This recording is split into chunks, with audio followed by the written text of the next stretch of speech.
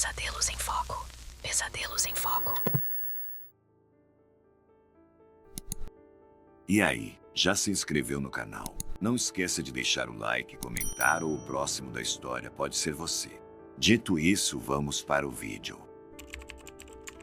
Em 2016, passei por um divórcio que me deixou de mãos abanando. Consegui me mudar para um AP pequeno em São Paulo, mas era praticamente uma caixa vazia. Nem cadeira para sentar eu tinha. Precisava de tudo: geladeira, sofá, cama, até panela para cozinhar. É claro que isso não ia sair barato, então pensei, cara, essa é a hora perfeita de dar uma garimpada no OLX. Minha prioridade eram os itens grandes, tipo móveis e eletrodomésticos, porque sem eles o lugar parecia mais uma caverna do que um lar.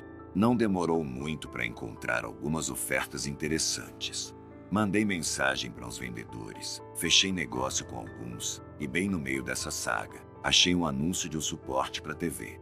Custava só R$50, um modelo simples de madeira. O vendedor, um tal de João, foi meio durão na negociação dos horários. Ele só podia entregar depois das 9 da noite por causa do trabalho dele, e nada de finais de semana. Para mim, ainda dava certo, mas achei esquisito ele ser tão rígido assim. Talvez fosse por isso que o suporte ainda estava lá, esperando alguém aparecer. Combinei de pegar numa quinta-feira às 21h30, e lá fui eu, dirigindo uns 40 minutos até o bairro onde ele morava. Era um lugar que eu só conhecia de ouvir falar, desses que as pessoas mencionam com cara de quem está contando uma história triste.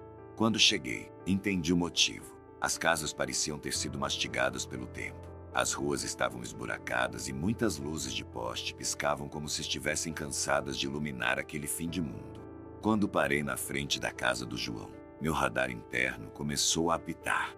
A casa era velha, com uma pintura descascada e uma única lâmpada amarelada tremeluzindo na entrada, como se estivesse prestes a dar seu último suspiro. Subi os degraus da varanda, que rangiam como ossos enferrujados, e toquei a campainha. Enquanto esperava, dei uma conferida no quintal. Tinha um monte de tralha espalhada, desde estátuas de gesso quebradas até vasos de plantas secos, como se o lugar fosse uma loja de decoração abandonada há anos. Foi aí que ele abriu a porta. João era alto e magro, devia ter uns 50 anos, com olheiras que pareciam carregar o peso de décadas. O cheiro de cachaça no hálito dele me atingiu antes mesmo de ele dizer boa noite. Se eu soubesse que ia entrar nessa fria, jamais teria vindo, mas já era tarde para voltar atrás. Entramos pela sala, e aquilo parecia um labirinto de bagunça. Não era exatamente acumulação desenfreada, mas também não era organização. Parecia mais um cenário de filme de terror, onde cada objeto fora jogado ali sem propósito algum. Chegamos na sala dos fundos, e ele apontou para o suporte da TV. O cômodo estava tão escuro que mal dava para ver onde começava e terminava o móvel. Tem como acender a luz? Pedi, tentando soar casual, mas minha voz saiu meio trêmula. João não respondeu, só foi até a parede e ligou uma lamparina velha que mal clareava o ambiente. E foi aí que comecei a sentir aquele arrepio na espinha, sabe? Antes mesmo de examinar o suporte, ouvi passos atrás de mim. Um outro homem surgiu do nada, vindo de um canto escuro, e ficou parado ao lado do João, me encarando como se eu fosse um alienígena. Fiquei sem reação. Quer dizer, o que você faz quando dois caras te cercam sem dizer uma palavra? Tentei manter a calma, mas aquela sensação de desconforto só aumentava, como se o chão debaixo dos meus pés estivesse virando areia movediça. João passou por mim e ficou na frente do suporte, enquanto o outro cara continuava me olhando fixo, sem piscar. Agora eles estavam dos dois lados, me cercando como predadores silenciosos. Meu coração começou a bater tão forte que parecia que ia saltar do peito. Depois de alguns segundos que pareceram horas, decidi que não ia esperar para ver o desfecho daquela cena. Saí correndo pelo corredor, tropeçando nos próprios pés, até alcançar a porta da frente. Quando abri, ouvi risadas altas vindo da sala, como se aquilo fosse a coisa mais engraçada do mundo. Corri até o carro, e quando já estava na metade do caminho, ouvi a porta da casa bater com força, ecoando pela rua. Talvez fosse só uma brincadeira idiota para me assustar, ou talvez algo bem mais sinistro. Sinceramente, Não estou nem aí. Nunca mais volto lá nem que me paguem. Eu tinha 24 anos e estava naquela fase de transição da vida. Tinha acabado de sair da faculdade, com diploma na mão e uma conta bancária praticamente no zero. Trabalhava como assistente administrativo, ganhando pouco mais que o salário mínimo. Então precisava de um lugar para morar que não fosse me deixar falido antes do fim do mês. No início, fiquei sonhando alto, apartamentos estúdio ou kitnetes em bairros decentes. Mas depois de semanas correndo atrás de anúncios e vendo preços absurdos, percebi que isso não ia rolar com meu orçamento apertado. Foi aí que, meio contrariado, resolvi dar uma conferida no OLX. Eu sabia que o site tinha fama de ser uma zona, cheio de golpes e gente suspeita, mas um colega me jurou que já tinha alugado um quarto por lá sem problemas. Vai lá, cara, quem sabe você não dá sorte também, ele disse. E eu, desesperado, decidi arriscar. No primeiro dia navegando pelo site, foi só decepção. Nada que prestasse ou que coubesse no meu bolso. Mas, pensando bem, tinha bastante coisa anunciada, só que ou era longe demais ou caro demais. No terceiro ou quarto dia, quando já estava quase desistindo, atualizei na página e vi um anúncio novo que chamou minha atenção. Era um estúdio num prédio pequeno, a poucos quilômetros do centro da cidade. Cliquei e dei uma olhada nas fotos. Para ser sincero, as imagens eram tão ruins que pareciam tiradas com um celular dos anos 90. Tudo sem foco e mal iluminado. Mas o preço era tentador, e o texto dizia que o lugar era bem localizado e pronto para morar. Mandei mensagem para o anunciante, e ele respondeu rápido, super educado. Marcamos uma visita para a mesma noite, por volta das 19 horas. Pelo papo inicial, achei o cara normal. Ele foi direto ao ponto, explicou algumas coisas sobre o imóvel e pareceu até empolgado para me mostrar o lugar. Horas depois, peguei meu carro e dirigi até o endereço que ele tinha me passado. Eu já sabia que a região não era das melhores, afinal, era uma das áreas mais baratas da cidade. Mas pensei, deve ser tranquilo, né? É só um lugar para dormir. Quando cheguei, vi o prédio, velho, com a pintura descascada e um portão enferrujado que rangia feito um gato assustado. Estacionei na rua e mandei uma mensagem avisando que tinha chegado. Não vi ninguém por perto, então toquei a campainha do apartamento e esperei. A porta se abriu sozinha, como se alguém já soubesse que eu estava ali. Entrei devagar, olhando em volta. Havia uma escada logo na entrada, com 2 apartamentos de cada lado. Antes que eu pudesse procurar os números das portas, uma voz ecoou lá de cima, gritando que o lugar era no 3º andar. Subi, meio desconfiado, pensando, por que ele não veio me receber na porta? Chegando lá em cima, vi um corredor estreito com 2 portas, uma delas aberta.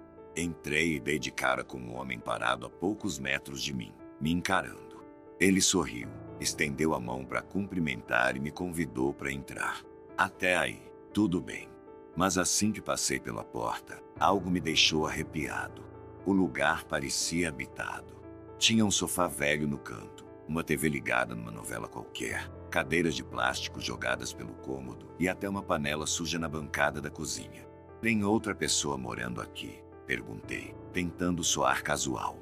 O cara soltou uma risada curta, quase forçada, e disse que não, que tudo aquilo ia embora até o dia seguinte. Sorri de volta, meio sem jeito, mas alguma coisa no tom dele me deixou incomodado. Ele começou a me guiar pelo espaço, apontando coisas aleatórias, o banheiro, a cozinha, a janela. Mas logo percebi que aquilo não era um estúdio. Tinha várias portas, como se fossem quartos separados. Era, no mínimo, um apartamento de 2 cômodos. E não tinha como custar o preço que ele tinha anunciado. Acho que ele notou minha desconfiança, porque parou de falar e foi até o corredor. Abriu uma das portas, revelando um quarto bagunçado, e disse para eu dar uma olhada. Antes que eu pudesse responder, meu celular vibrou no bolso. Peguei para atender e levei um susto quando vi quem era, o cara do OLX. Ele tinha acabado de me mandar uma mensagem perguntando onde eu estava. Olhei para cima, gelado, e percebi o que tinha acontecido. O homem na minha frente também entendeu que eu tinha sacado tudo. Ele ficou paralisado, me encarando com um olhar vazio, como se estivesse avaliando o próximo passo. Foi aí que meu instinto de sobrevivência gritou mais alto. Sem pensar duas vezes, saí correndo dali. Desci as escadas feito um louco, sem olhar para trás. Entrei no carro e dei partida. Estava tremendo tanto que mal consegui encaixar a chave na ignição. Enquanto dirigia para longe, nem respondi o cara do OLX. Não queria nem saber se ele era parte daquilo ou não. Só sabia que tinha escapado por pouco de uma situação muito esquisita, talvez até perigosa. Quem quer que fosse aquele homem, ele chegou perto de me enganar completamente. Não faço ideia do que ele queria e, sinceramente, prefiro nunca saber. Desde aquela noite, nunca mais abri o OLX. Faziam 6 anos que eu nem lembrava mais do OLX. Tinha esquecido completamente da existência dele. Nunca precisei usar e nem ouvi ninguém comentar sobre o site ultimamente. Mas com a mudança para um apartamento menor, me vi atolado de tralha, móveis velhos, caixas de quinquilharia, até uma bicicleta enferrujada que não usava fazia anos. Primeiro, chamei uma empresa de reciclagem de entulho, na esperança de que eles levassem tudo embora sem dor de cabeça. Só que o orçamento foi uma facada, mais de R$ 2.000.